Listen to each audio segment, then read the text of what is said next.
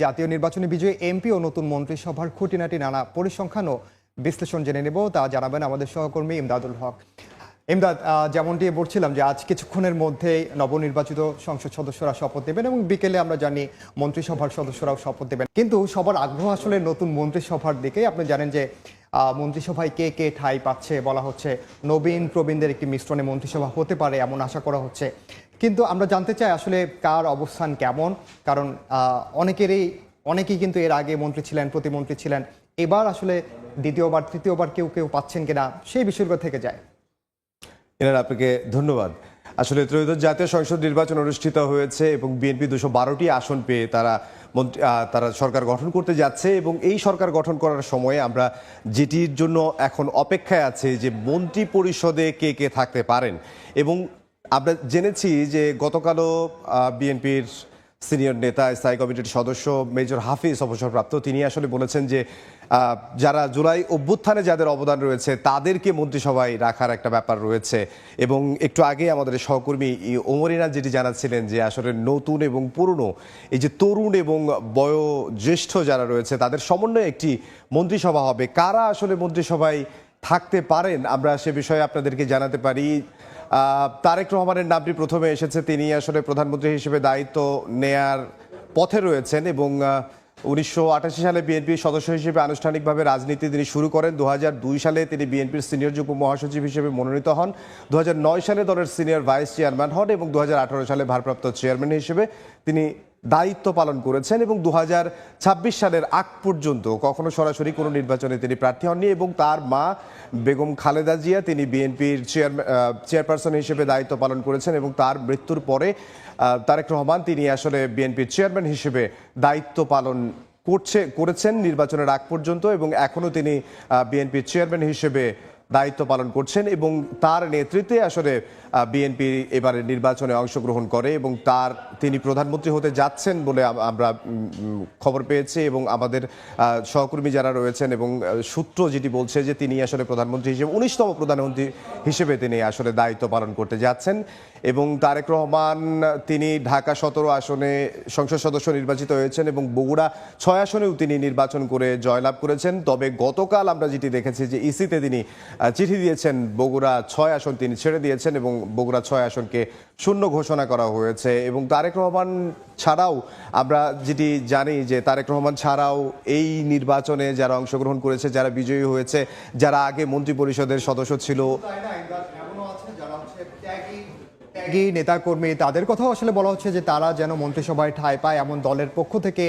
এমনকি তৃণমূল পর্যায়ে যেসব নেতাকর্মী রয়েছেন তারাও কিন্তু এমন জোর দাবি তুলছেন। তো সেই বিষয়গুলো হয়তো বা নতুন মন্ত্রিসভায় দেখা যেতে পারে এবং আগে যারা অভিজ্ঞতা যাদের রয়েছে তাদেরকেও আসলে মন্ত্রিসভায় দায়িত্ব দেওয়ার ব্যাপারে কথা হচ্ছে। এবং বিশ্লেষক যারা রয়েছেন তারা যেটি বলছেন যে পূর্ব অভিজ্ঞতা যাদের আছে, বিশেষ করে অর্থ মন্ত্রণালয় এবং পররাষ্ট্র মন্ত্রণালয়, স্বরাষ্ট্র মন্ত্রণালয়, এই বেশ কয়েকটি মন্ত্রণালয়, এই মন্ত্রণালয়গুলোর দায়িত্ব খুব ভালোভাবে আপনি জানেন যে অভিজ্ঞ যারা রয়েছে তাদেরকে দেওয়া হবে। অভ্যুত্থান পরবর্তী বাংলাদেশে যে পরিস্থিতি, আপনি জানেন যে গত 18 মাসে আমরা যদি বলি আইন শৃঙ্খলা পরিস্থিতি থেকে শুরু করে বিভিন্ন বিষয় কিন্তু অবনতি হয়েছে, সেই বিষয়গুলো কিন্তু সামাল দিতে হবে। ইমদাদ, আমরা এই যে অধ্যাপক ডক্টর AZM জাহিদ হোসেন, তিনি আসলে নির্বাচিত হয়েছেন দিনাজপুর 6 থেকে। তিনি পেশায় চিকিৎসক। বেগম খালেদা জিয়া যতদিন বেঁচে ছিলেন তার ব্যক্তিগত চিকিৎসক হিসেবে তিনি দায়িত্ব পালন করেছেন এবং আমরা যতদিন পর্যন্ত বেগম খালেদা জিয়া হসপিটালে ছিলেন তখন তার যে অবস্থা, সেই অবস্থাগুলো কিন্তু ডক্টর AZM জাহিদ হোসেন তিনি আসলে আমাদেরকে জানিয়েছেন। এবং তিনি BSMM ইউরোলজি বিভাগের অধ্যাপকও ছিলেন। বিএনপির সাবেক চেয়ারপারসন বেগম খালেদা জিয়ার ব্যক্তিগত চিকিৎসক হিসেবে তিনি দায়িত্ব পালন করেছেন, যেটি একটু আগেই বলছিলাম। বিএনপির জাতীয় স্থায়ী কমিটির সদস্য তিনি, বিএনপির ভাইস চেয়ারম্যান হিসেবেও তিনি দায়িত্ব পালন করেছেন এবং 2026 সালে প্রথমবার সংসদ সদস্য হিসেবে নির্বাচিত হয়েছেন। এই যে প্রথমবার তিনি নির্বাচিত হয়েছেন এবং স্বাস্থ্য খাতে যেহেতু তার একটা বিচরণ রয়েছে, তিনি পেশায় ডক্টর এবং তিনি বেগম খালেদা জিয়ার চিকিৎসা দিয়েছেন, আশা করা যাচ্ছে তিনি হয়তো স্বাস্থ্য মন্ত্রণালয় পেতে পারেন। এবং কারণ স্বাস্থ্যের যে বিষয়গুলো রয়েছে সেই বিষয়গুলো সম্পর্কে তার ধারণা রয়েছে এবং তিনি আসলে বলতে পারবেন যে স্বাস্থ্য খাতের উন্নয়নের জন্য কতটুকু কি করা দরকার। একজন পেশাজীবী হিসেবে তাকে যদি স্বাস্থ্যমন্ত্রী হিসেবে আমরা পাই তাহলে হয়তো একটা ভালো আউটপুট আমরা পেতে পারি এবং ভালো মন্ত্রিত্ব তিনি ভালোভাবে সামাল দিতে পারবেন বলে আমার কাছে মনে হচ্ছে। আরো অনেকেই কিন্তু আলোচনা আছে, আমরা সেগুলো একটু দেখে নিতে চাই। জি, নিশ্চয়ই।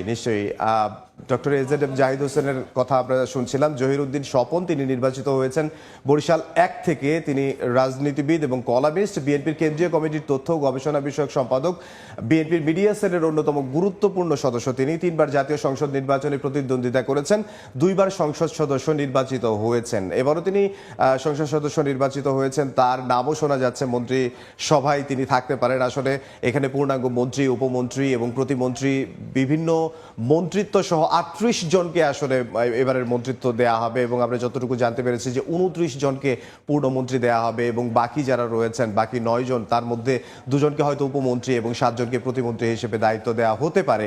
এবং আমরা আসলে অল্প কিছুক্ষণ পরেই হয়তো জানতে পারবো, বিকেল 4টায় যেহেতু মন্ত্রী পরিষদ, তার আগেই কিন্তু ইমদাদ অবশ্যই ঘোষণা হবে নিশ্চয়ই যে কারা কারা মন্ত্রী কারা কারা মন্ত্রী পাচ্ছেন, কারা কারা থাকবেন সেটা অবশ্যই ঘোষণা দেখতে হবে। পারি, কিন্তু আমরা একেবারে দেখতে পারবো শপথ যেহেতু তাদের বিকেল 4টায়, তখন আমরা আসলে দেখতে পারবো কে কোন মন্ত্রণালয়ে দায়িত্ব পাচ্ছেন।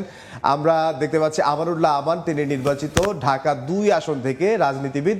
1990-91 সেশনে তিনি ডাকসুর ভিপি নির্বাচিত হন এবং তারপরে বিশাল একটা সময় আসলে ডাকসুতে নির্বাচনই হয়নি এবং তারপরে 2017 সালে নির্বাচন হয় এবং এরপরে একেবারে সর্বশেষ 2025 সালে নির্বাচন হয় এবং ডাকসু ভিপি হিসেবে তিনি যখন দায়িত্ব পালন করেছেন, সুনাম অর্জন করেছেন এবং খুব ভালোভাবে দায়িত্ব পালন করেছেন এবং অনেকদিন পর্যন্ত আমরা শুনেছি ডাকসুর সবশেষ ভিপি হচ্ছে আমানুল্লাহ আমান। বিএনপি চেয়ারপারসনের উপদেষ্টা তিনি হিসেবে দায়িত্ব পালন করেছেন এবং বিএনপি ঢাকা মহানগর উত্তরের আহ্বায়ক ছিলেন, বিএনপির যুগ্ম মহাসচিব হিসেবেও ছিলেন, শ্রম ও কর্মসংস্থান মন্ত্রণালয়ের প্রতিমন্ত্রী হিসেবেও তিনি দায়িত্ব পালন করেছেন। বর্ণাঢ্য একটি আসলে রাজনৈতিক ক্যারিয়ার আমরা যদি বলি, দীর্ঘদিন তিনি বিশাল একটা বড় রাজনৈতিক ক্যারিয়ার এবং আমরা মাঠের লড়াই সংগ্রামে তাকে আমরা সবসময় দেখেছি। 1991 সালে স্বাস্থ্য ও পরিবার কল্যাণ মন্ত্রণালয়ের প্রতিমন্ত্রী ছিলেন এবং 1996 সালে শিক্ষা প্রতিমন্ত্রী ছিলেন।